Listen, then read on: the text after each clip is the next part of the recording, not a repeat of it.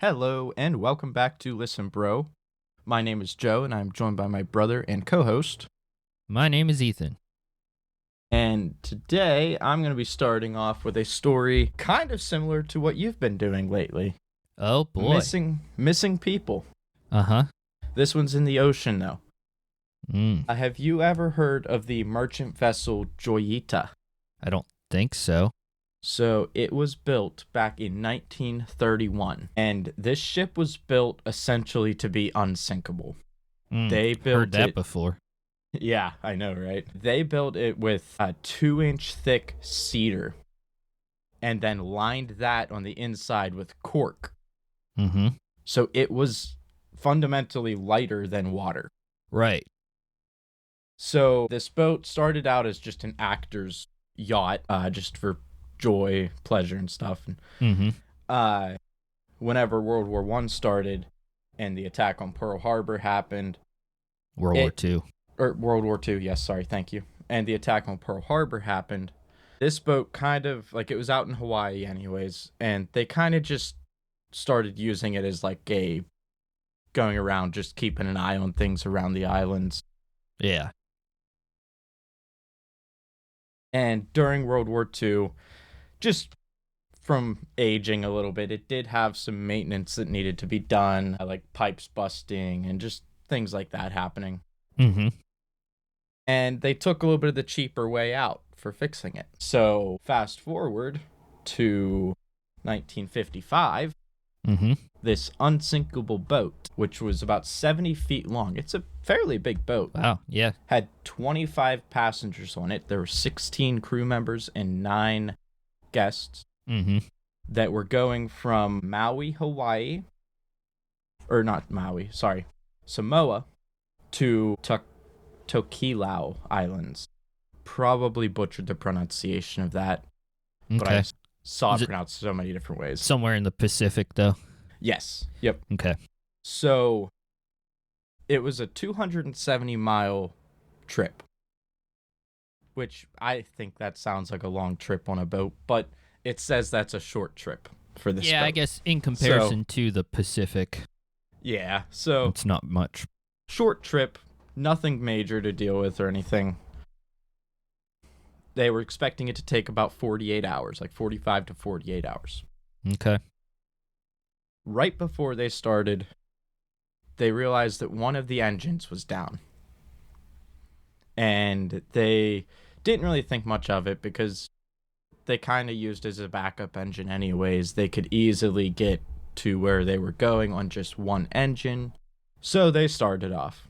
Didn't let anybody on the crew or anything know, because only the captain knew that. And 3 days later, the Tokelau Islands let them know, or called security and stuff and said, hey, these guys aren't here yet. They were supposed to be here yesterday, and we already know that they left the other place, so they're missing. Right. And there was a huge search that went out for them. Airplanes and everything flying over. Cannot find them anywhere. They ended up covering a total of 600 miles of ocean searching for this ship. And about 5 weeks later, a fisherman was out and he saw a boat that looked like it was just shifting in the waves. It wasn't really moving the direction that it was facing or anything. Yeah. So he radioed to it. No reply. He decided to go over and check it out. The boat was laying on its side some. But because it was technically lighter than water, right, it could not sink. Even if it was upside down, it wouldn't sink. Yeah, even if it had water in it, the wood would still be light enough to float.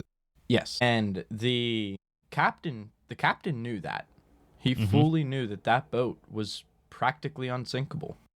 Even if it shredded into pieces, the pieces would float. But there was nobody on this boat. They started to go on and check it out a little bit, and they found that there was water in the bottom of the boat. It was starting to fill up with water, but it kind of just stopped filling up and just settled out, I guess.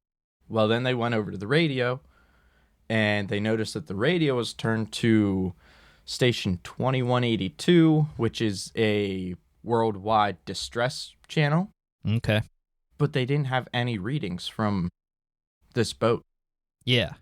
Like they switched to it but didn't ever report. Yeah. And all the clocks were set to 10:25 p.m. So that's what time all this happened is what everybody's thinking, at least. Yeah. Huh.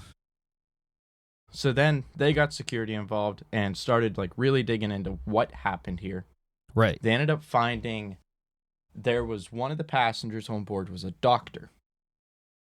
His medical bag was left there. Mm-hmm. And next to his medical bag was some bloody bandages. Oh. But they have no clue what those came from. Right. And then they started investigating why'd they turn to the channel but not report anything, ask for help. Well, they tried. But during the repairs that happened after World War II, one of those wires for the radio got nicked a little bit. And then painted over, so there was no way to know that it was nicked, and it only had about 2-mile range. Man. So they tried. Yeah. But the reason that water started coming in anyways was also because of those cheaper repairs. Yeah. Pipe corroded and started leaking water in. And they said the leak really wasn't that bad either. Like especially with the boat that it was, the leak was not something to be too majorly concerned about with the trip that you're on. Yeah. I mean, yeah, it's only 2 days. Yeah. If it's not that quick of a leak, you'd think there'd be pumping out water or yeah, because we're talking 5 weeks later almost, and it's still sitting there. Yeah. But they're wondering if the fact that it was 10:25, it was dark, you're finding that there's water coming in, you cannot get a hold of anybody. Yeah. Who knows what's going through their mind. Well, but the other thing is the engine that was working was still working. Like there was nothing wrong with that engine. Was there like a lifeboat missing or anything like that? Like they took a... I was just getting ready to get into that one. There were 3 lifeboats and all 3 of them were gone. Okay.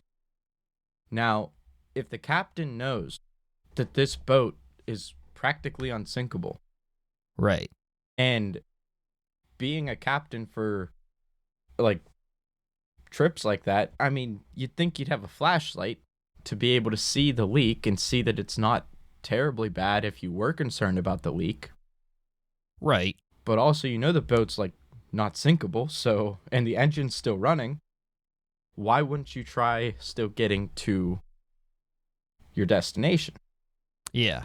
So some people are wondering if there was pirates involved, but there's no sign at all of like people being held up or anything. The only thing that could indicate that slightly is the bloody bandages. Right. And if it's just a few bloody bandages, that's really not even that much. Exactly. That could literally just be somebody got cut trying to go and see what the leak was, maybe.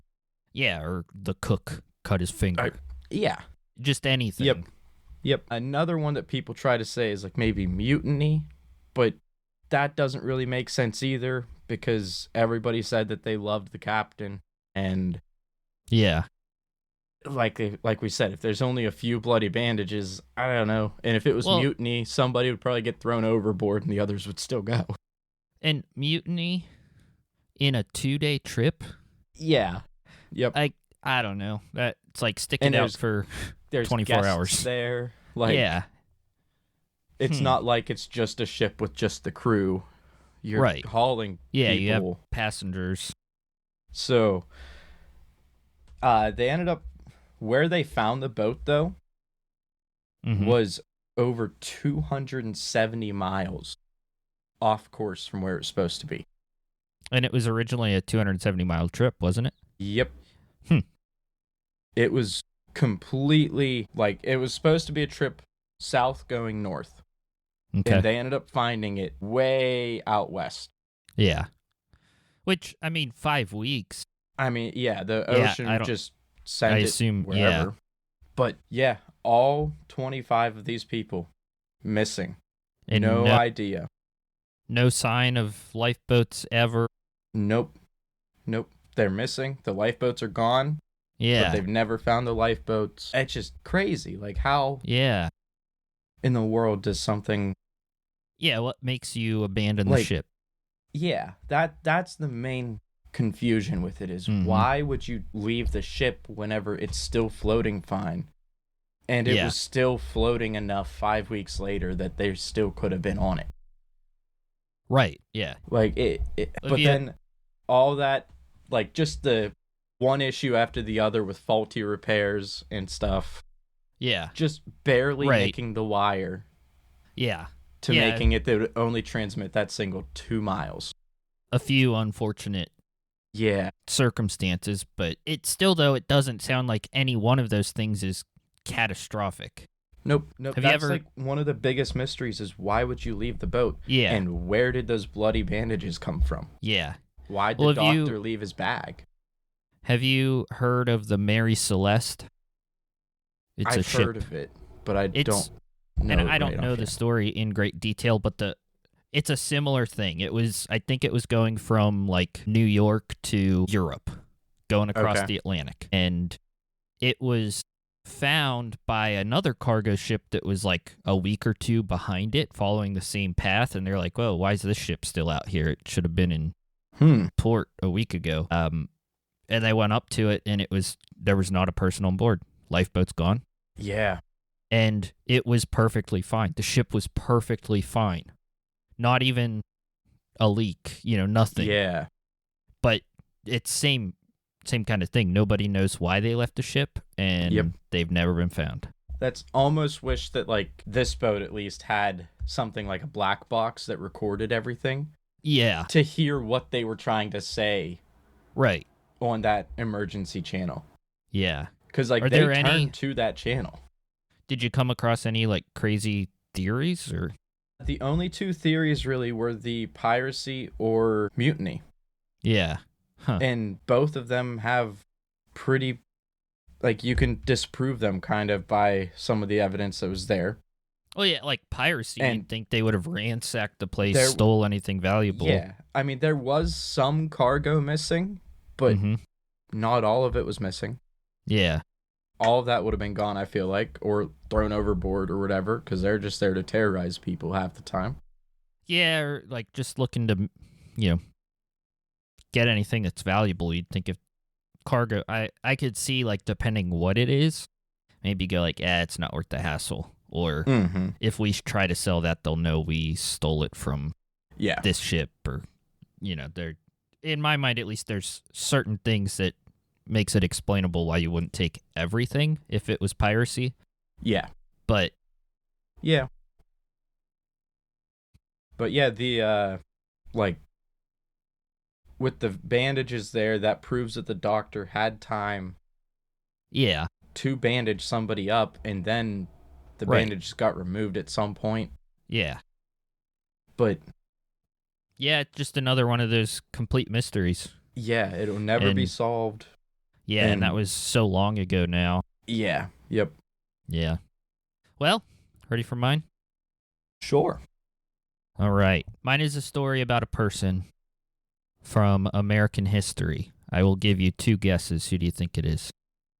An important person from American history? Mm-hmm. George Washington? Yep. I figured you'd guess that. Yep. All right, so here's a little bit of a story of George Washington. This is the story of his entire life, start to finish, every detail. We might be here for a long time. Oh my goodness. You should hijack the episode for this. February 22nd, the year 1732, George Washington was born in Virginia. His father, Augustine Washington, was previously married and had 3 sons with his first wife. His first wife died and married George Washington's mother, and George was the oldest of his mother's children. So he had other siblings that were full siblings and then had older half siblings, but he was the oldest of his full siblings. And that matters because Augustine died when George was 11 years old. And because he was the oldest in one part of the family, he inherited one of his father's properties at 11 years old. Dang. The one that he lived on with his mother and younger siblings. Now, George Washington's father and his older half-siblings studied at Appleby Grammar School in England, but with his father's death, George had no chance of being sent away to school. They just wouldn't have the money for it. Yeah. And those were times where, like, an education like that was something for the wealthy. Okay. Not everybody could afford to go to school, for a full education. Yeah. And George's half-brother, Lawrence, married into a prominent family. So it was through connections with his half-brother that George Washington was offered a position as a surveyor of the Shenandoah Valley, which was a pretty good job for him being very young at the time. Yeah. He was still a teenager. He was being uneducated. He wasn't just readily accepted into that high society crowd like his half-brother was. Mm-hmm. But he was motivated to learn. He kind of had that drive within him. He was self-motivated to learn and develop. And with his surveying job, he got to know the lay of the land, he kind of knew what was going on with properties, and he took advantage of that and started buying up property. So he kind of was in a position where he could get to them quickly if something went up for sale. Little insider trading going on. Yeah, sort of. And by 20 years old, he was socially connected, he was well-educated, and he was a wealthy landowner. He owned like 1,500 acres or something like that by 20 years old. Yeah. Dang. And he continued buying land. He owned a lot of land. I think at the height it was like 50,000 acres or something like that. But he wanted to be a military guy. He actually at first wanted to join the Navy and work his way up through the ranks, but his mom really didn't like that idea. The life expectancy for a low-ranking Navy ship worker was not long, and they got treated poorly. So she didn't like that idea and kind of talked him out of it. Okay. But he, again, through connections with his half-brother, he received a commission in the Virginia militia in 1752, which he was only 20 years old. But his half-brother Lawrence died that same year and got sick. And back then, if you got sick with certain things, there just really wasn't any saving you. Yeah. Now, George offered his services to Virginia's Lieutenant Governor Robert Dinwiddie, and he was sent to a French fort near Lake Erie to deliver a message, insisting that the French withdraw forces from the upper Ohio River Valley, which would be like western Pennsylvania into southern Ohio, Kentucky type territory. So he sent there with a message, tells the French, you need to leave, this is British territory. The French rejected that message, and they actually viewed it as a declaration of war. And Washington, suspecting that the French would plan an attack on British forces, rushed back to Virginia to warn Dinwiddie. Mm-hmm. And his trip back, he left the protection of his group that he was on the expedition with, and he embarked on foot with just one guide, a Native American guide with him, heading back to Virginia. They went through a whole bunch of stuff on that trip back, but he observed during that trip, he saw the forks of the Ohio River, which is present-day Pittsburgh. Yeah. And when he came back, he told Dinwiddie that would be a strategic location for a fort to command that Monongahela region from that fort. So, at Washington's suggestion, they started building a fort that was named Fort George. Really? Yeah, I don't know. I didn't actually look if that was actually named after George Washington or what, but be kind of neat, though. It would later become Fort Duquesne, and then after that it would become Fort Pitt. but they started building it at Washington's suggestion. Now, for his service in this trip to the French, Washington was promoted to the rank of lieutenant colonel, and he was given command of a few hundred militiamen. How old was he at that point? It was like, he was still like 20, 21. Yeah. He was sent with a small force of soldiers toward the forks of the Ohio River, and he was tasked with, go there with a bunch of guys, finish building the fort. You'll need to defend it also while you're there until it is finished. When he reached the Allegheny Mountains, though, he was informed that the French, they already moved in and took it over.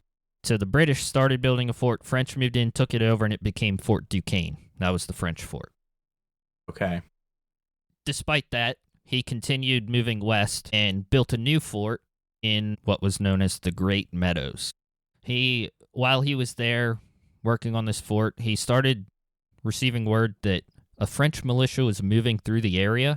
So he sent a group of his guys to go look for them, try to find them. Mm-hmm. But he soon got another message that the French group was only 7 miles away, and they were the opposite direction from where he just sent his men to go look. So Washington took 40 of his men, and they joined forces with a Native American tribe. And the Native Americans had sent word to Washington about the French and told him that there were 50 French soldiers nearby. So the Native Americans, they supplement Washington's force, but they provided less than a dozen warriors. But Washington, he needed their help, and he knew they would be better at tracking the French. Yeah. Yep. So under the cover of night, they located the French camp just outside of what is present-day Uniontown, Pennsylvania. Okay. And in the camp, there were about 35 guys. Most of them were sleeping. They were under the cover of night sneaking in. Mm-hmm. And they had been rained on. They didn't keep their weapons dry, so the muskets that the French had would have basically not done anything. Their powder was wet. Yep. So Washington and the Native Americans attacked the French encampment. The battle was over in about 15 minutes, and it left 10 Frenchmen dead, and 21 of them were taken captive.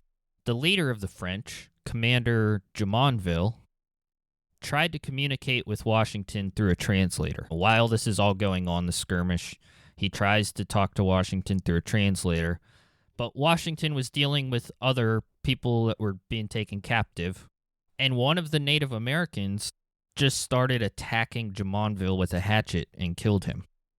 Oh my goodness. And that is Washington's version of the events.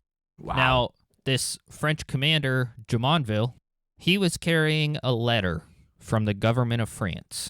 He was leading an ambassadorial delegation on a diplomatic mission to deliver a message to the British declaring France's claim to the land. Sound familiar?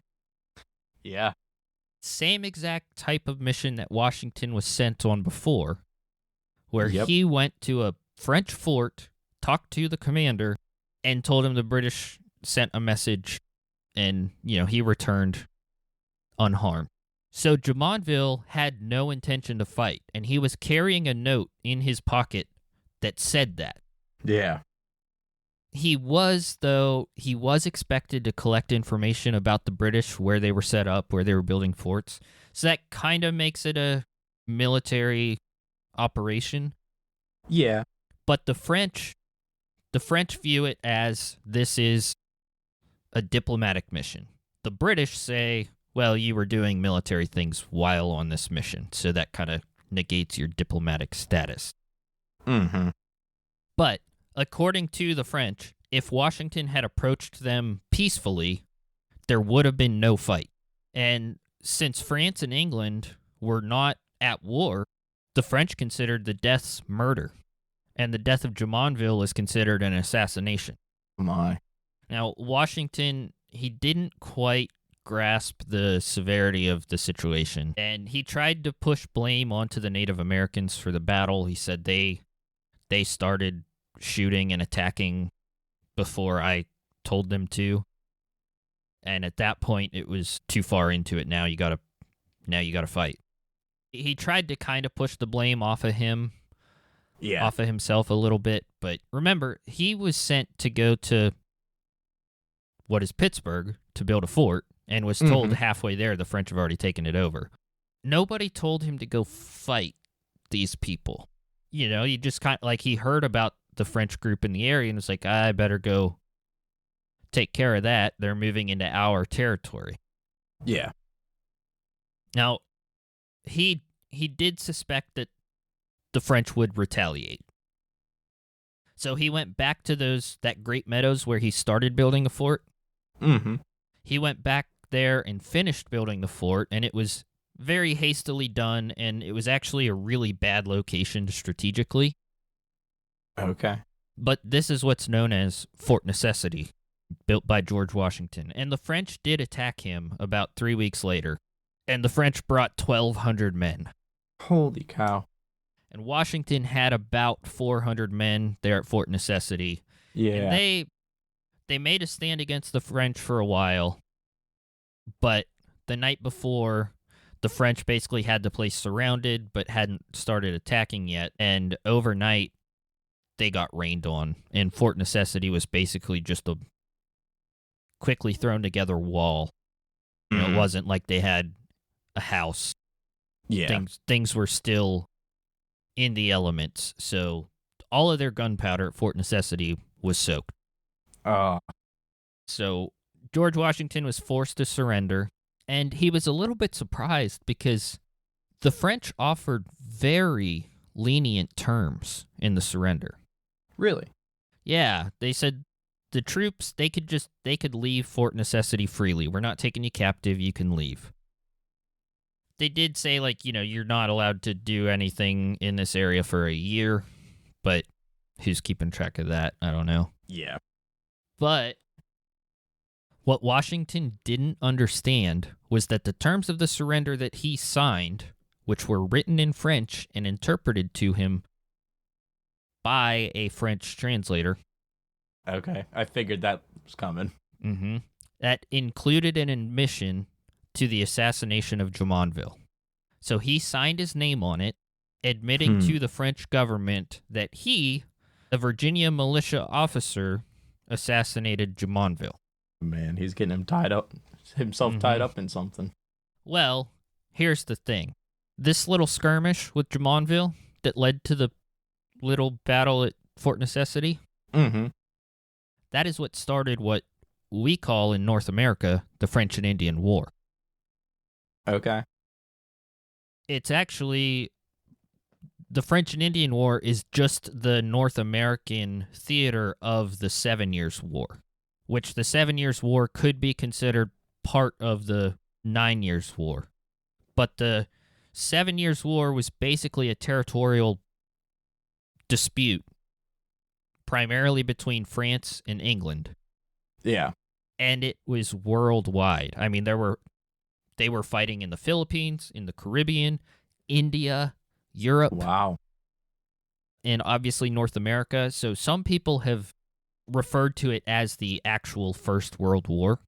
Yeah. And there were like alliances. France was allied with a bunch of nations against England, and England was allied with a bunch of nations against France. And then you have the colonies in North America that are fighting over territory. But that war was started by a very young George Washington with a small group of men in southwestern Pennsylvania. Wow. I never knew that. Yep. Kind of a crazy thing. And listeners, fun fact, we grew up in southwestern Pennsylvania, so we're familiar with all of these locations. So like Uniontown and... Yeah. Yeah, all that stuff. We know where it is. But yeah, that's crazy. Yeah. It's always weird to think of like the stuff that happened where you live or grow up before. Mm-hmm. Yeah, I'll probably cover more of George Washington at some point in the future, but that's really what I wanted to get to today, was that he's actually, his first time leading troops, he started a war that sparked a war worldwide. Yep. So, and that guy came to be the first president of the United States. Yeah, and Crazy I how first works. learned the more specific details of this little thing from a book I read a few months ago. The book is called "You Never Forget Your First," a biography of George Washington written by Alexis.